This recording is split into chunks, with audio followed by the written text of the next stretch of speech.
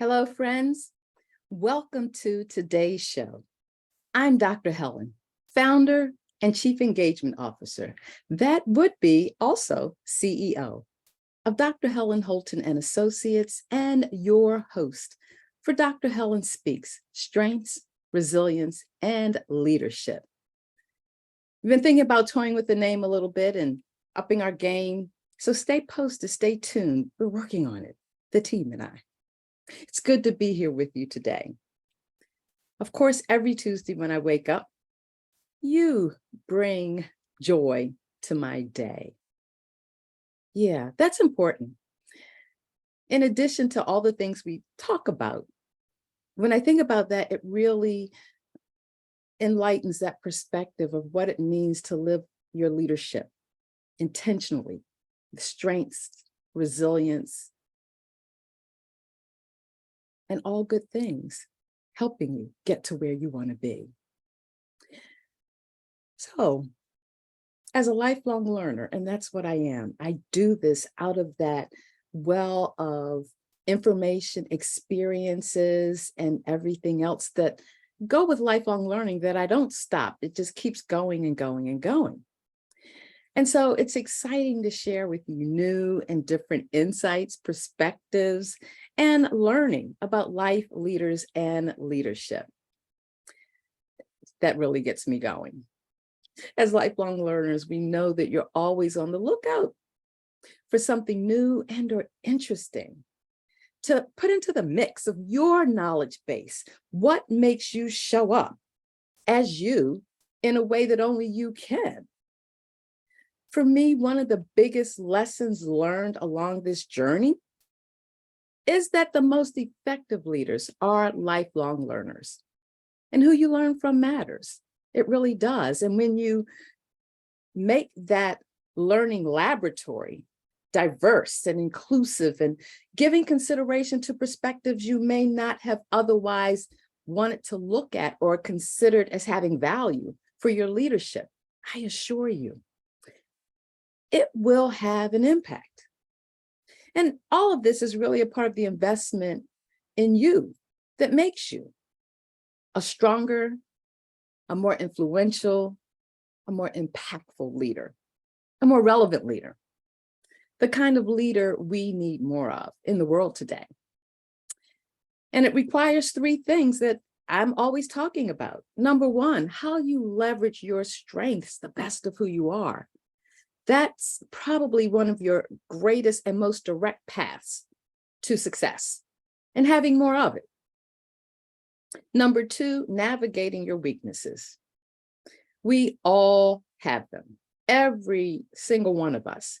And I don't want you to think of a weakness as something bad or negative. A weakness is in many respects an area where you just don't have that natural talent, skill, and ability. And to divert time to make your weaknesses your strengths takes away from you embracing all of who you are through the best of who you are, your strengths, and learning to lean into them and leverage them to mitigate or at least lessen the impact that your weaknesses have on showing up in your life. Trust you me, it's hard to do, but you can do it. And once you realize it's okay to say to the world, no, that's not what I'm good at. And I'm always on the lookout for ways to connect with, to collaborate with others so that this burden becomes a little lighter and that I can focus on the things that I do best. And thirdly, build resilience, build your resilience. This will keep you in a less volatile position with your leadership.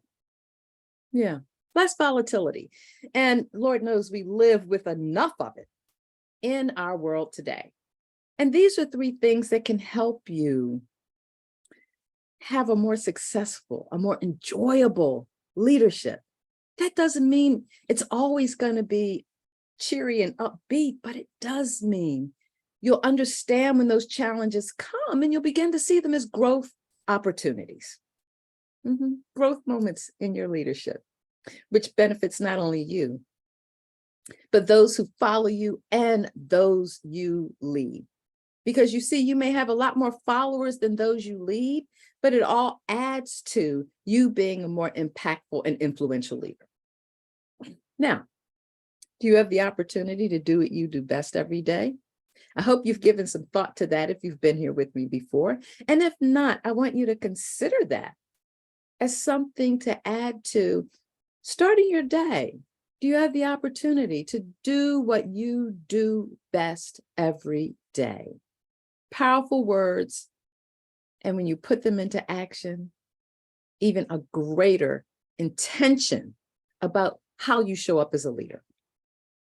And I ask this question every week because what I've learned is that repetitive practices for good make a difference and add value to your life and your leadership. I ask it as a conscious and subconscious reminder that what you want for your life sometimes needs to be pushed to the forefront of your planning and actions that you undertake.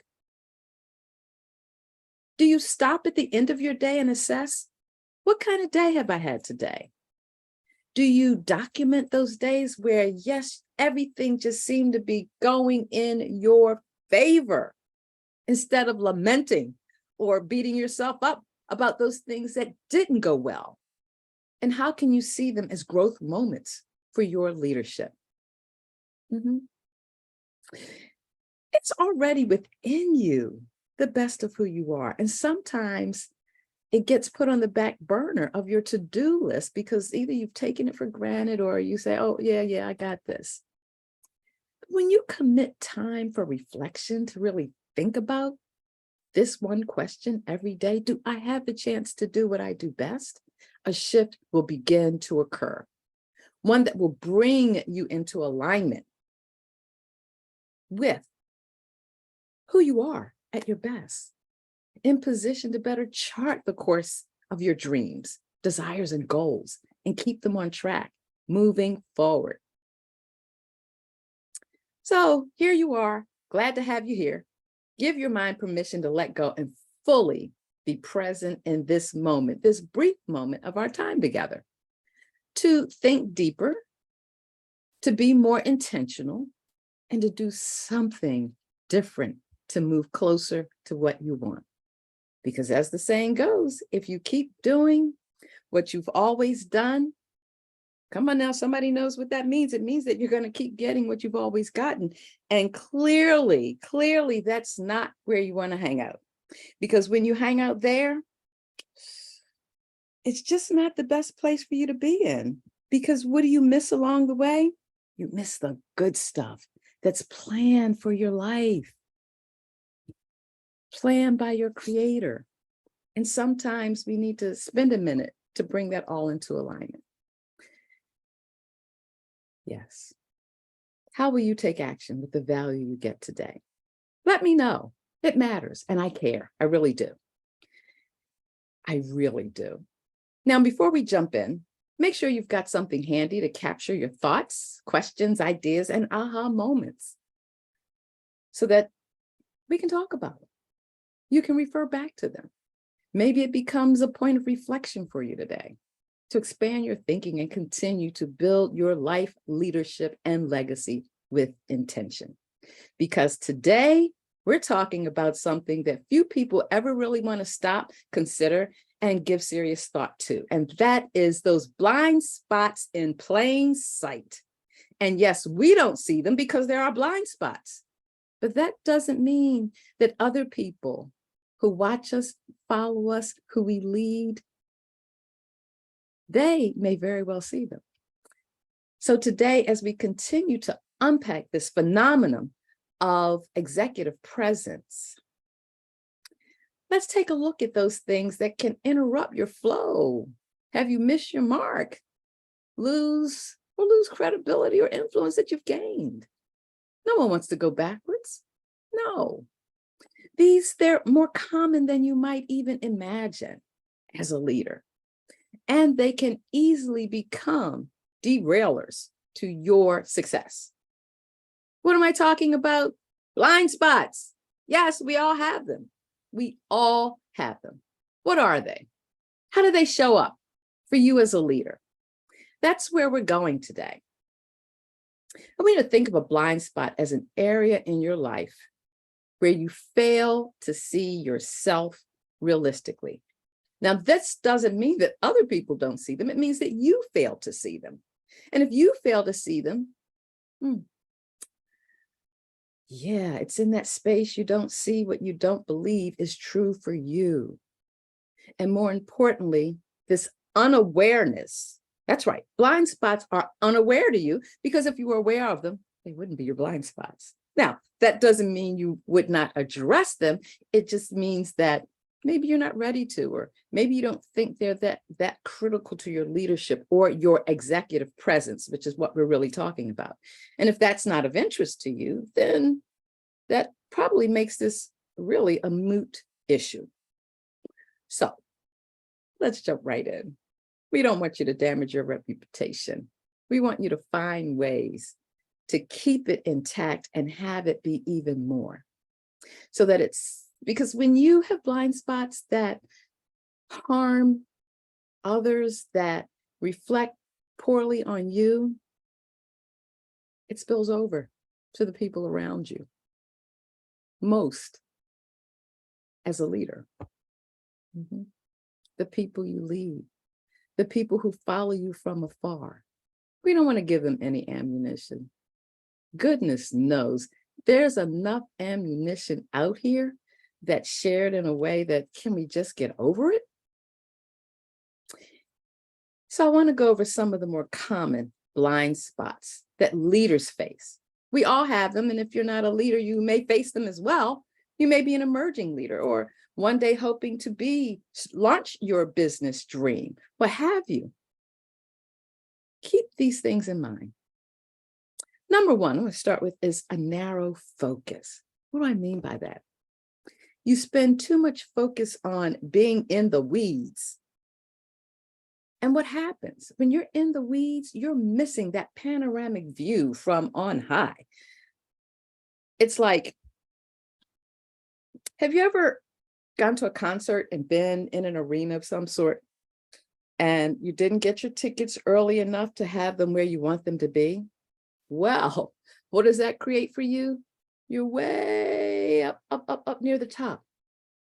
Now, binoculars, a camera with a telephoto lens on or whatever, may allow you to view and see things way far down up close. However, that view from a high place, you can begin to see where there were pockets that you could have gotten a seat closer to the action.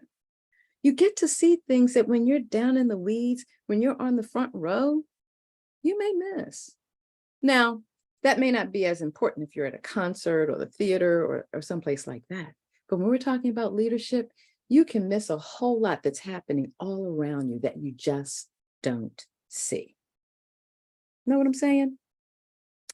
It is very real and can, an eagle's view. Think about eagles who fly higher than almost every other bird. Yet in a moment's notice, they're able to swoop down into the weeds and find their catch or whatever it is they're after. A narrow perspective can be a disaster in the wrong situation. I love this quote by Larry Stevens, who said, "If the only tool you have is a hammer, you tend to see every problem as a nail."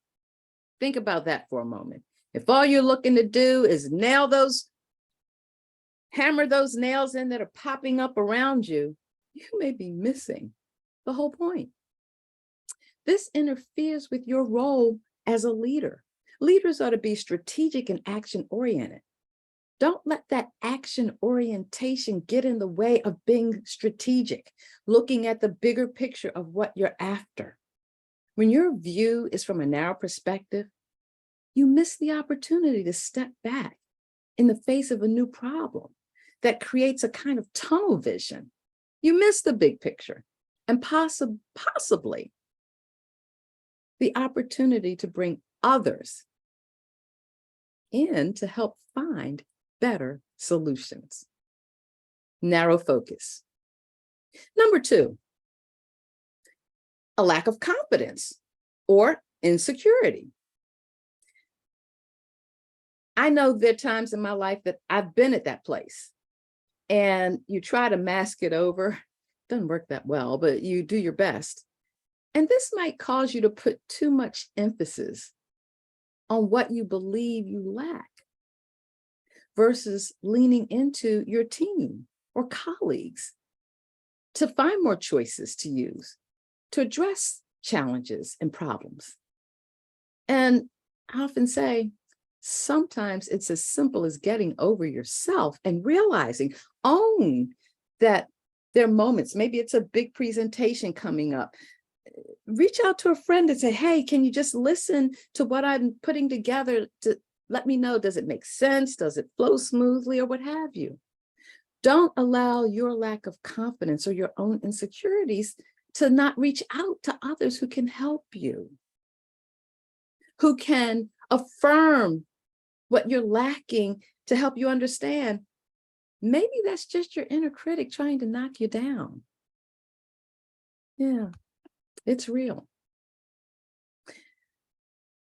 So here are the ways that a lack of confidence or insecurity shows up. And I'm going deeper into this because when I start talking about this, you're going to be like, yeah, I've worked for someone like that, or I know when I've been that person. Micromanaging. Woo, that's a biggie. How much time do you spend with other people micromanaging? Oh no, dot that I there. You forgot to cross this T. Oh, you've got an extra comma here. Come on. And I'm being very, without getting into the specifics, but getting into the specifics in something as simple as a sentence structure. It means you miss the purpose of what the sentence was attempting to convey. Micromanaging. Don't let it be your enemy. Okay, here we go. Another sign of a lack of confidence or insecurity. Hoarding information. Oh no, I'm keeping it close to the chest. I don't want anybody to know I've got all this because they might take it from me. They might steal my thunder. You know what? What's for you is for you. No one can take it. And if it's out there and someone wants to take it from you, they're not going to bring it from the perspective that you can because they don't have your lived experiences. They don't. The context from which you bring it forth. Number three, difficulty giving credit to others. What harm does it bring to you when you don't give credit for good ideas, acknowledgement of them? You would want someone to do the same for you. So why would you not do that for someone else? Yeah. Yeah. It means when you don't have enough self-assurance of who you are and then what you know. And that even if you aren't certain about it, it's a viable idea to throw out there that you can discuss together. 4, feeling threatened by the growth of others. Do you make time to celebrate promotions, elevations, new starts for others? Isn't that something you'd want for yourself? I think so. Number 5, and I broke this down because when you lack confidence in yourself or are really feeling insecure, these are some of the ways it shows up. And the last one is limiting your followers' exposure to other leaders. Have you been afraid that if you send one of your direct reports or someone who you lead, maybe further down the chain, to another leader who's got expertise in what they're coming to you about? Why not help them to develop their leadership within an area with some expertise you don't have? Share it. You may find that you gain even more respect from that person. Now, here's a big blind spot. appearance, overemphasis on our appearance. Let me share this. Do you realize that your best look comes from what's within you, not the outside? Look, you can look like $1 million on the outside, but if you're not feeling that on the inside, if you aren't ready to bring out that $1 million solution because you doubt how it will be received, or you just don't feel like it's the right way to go, who's the one that suffers the most? You, your confidence, your appearance. When you really have confidence in yourself, it's going to exude, even if you put on that suit that's 5 years old, still in good shape and tactful, but you think, oh, I think I'll put this on because it will fit the mood of the situation. It will show I'm here about business. When you open your mouth and share or present what you're bringing, whatever you have on the outside is going to look a whole lot better because of your exuding, your confidence, your security in what you're bringing forward. Yes. So, yes, we don't have to go any further into that. But this is a biggie. Failure to communicate effectively. Have you ever been overly reliant on jargons, cultural sayings that fit in one environment, but not necessarily in the one you're in? You want to be careful of how you're using jargon. Even today, generationally, you could say something that was popular when in your heyday, and maybe you're not in your heyday anymore. Maybe you're speaking to a group of Gen Zs and you're a boomer or a traditionalist. It may not land the same way. And so that's going to take away from the overall message that you're looking to give. Or ambiguous language. You want to be clear in what you say. And this goes back to how you rely on your inner circle of people who know you and just want to run an idea past them. Yes, here's a biggie in a failure to communicate effectively, and that would be a failure to provide sufficient context. Now, I like to go deep into why I'm going to talk about something or present on something to make sure I'm covering at least most of the bases, if not all the bases, on what might come up, what might cause people to misinterpret or be confused about what I'm saying or conveying or presenting on. So you want to have sufficient context that you bring forth. That matters quite a bit, because you don't want to throw people off simply because you haven't connected the dots, because you haven't done enough to make sure. There may be ambiguous things even within what you're presenting, but you want to let people know that so that they don't think it's you failing to provide the whole of the situation, the eagle's view of the situation, as you're breaking it down to what's on the ground and you need people to get. This last one I'm going to bring up today, which is very big, and it touches on a lot more things than we have time to cover today. And that is unconscious bias. Yes, this is something we hear everywhere. Oh, bias, unconscious bias. Oh, here, there, everywhere. It's everywhere. And it's always been there. The difference is we're talking about it more, which is a really good thing, because there was a time no one wanted to talk about biases, period. Vanilla ice cream versus chocolate. Which do you prefer? Now, if you're talking about a really rich, dark chocolate ice cream, I'm going with chocolate. It's not that I don't like vanilla.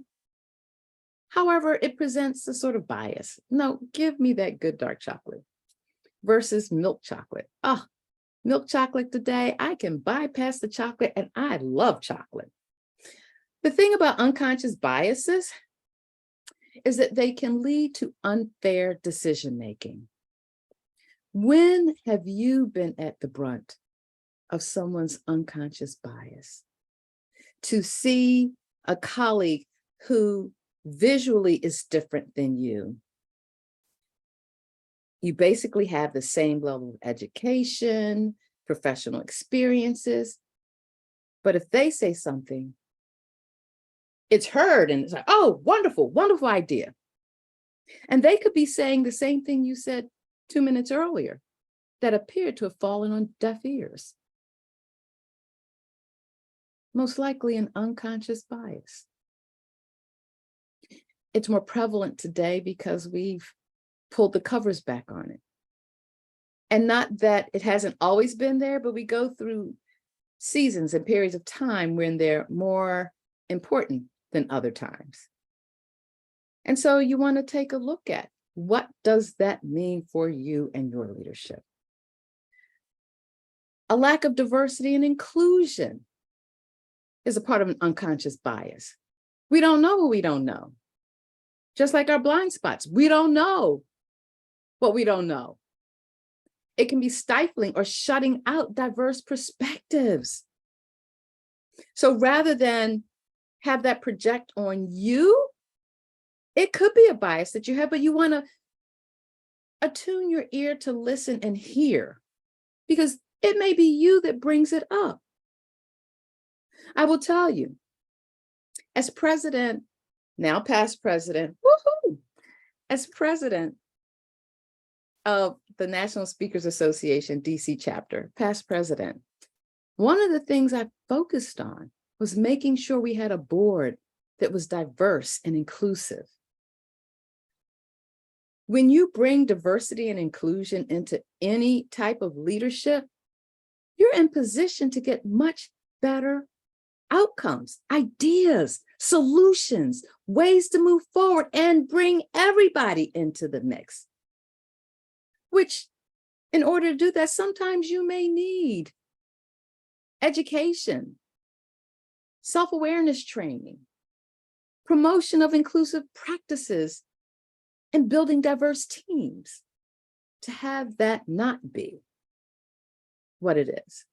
So some of the ways to address these blind spots is to seek honest feedback from your peers, mentors, team members, to engage in self-reflection, definitely to invest in leadership development programs for you and your team.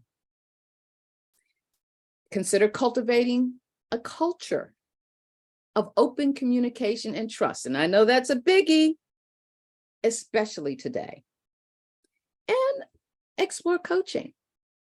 Executive coaching for you, your team, and your organization can make a huge difference in the ability for you really to allow the best ideas to come forth and make a difference in what you and your team are able to accomplish.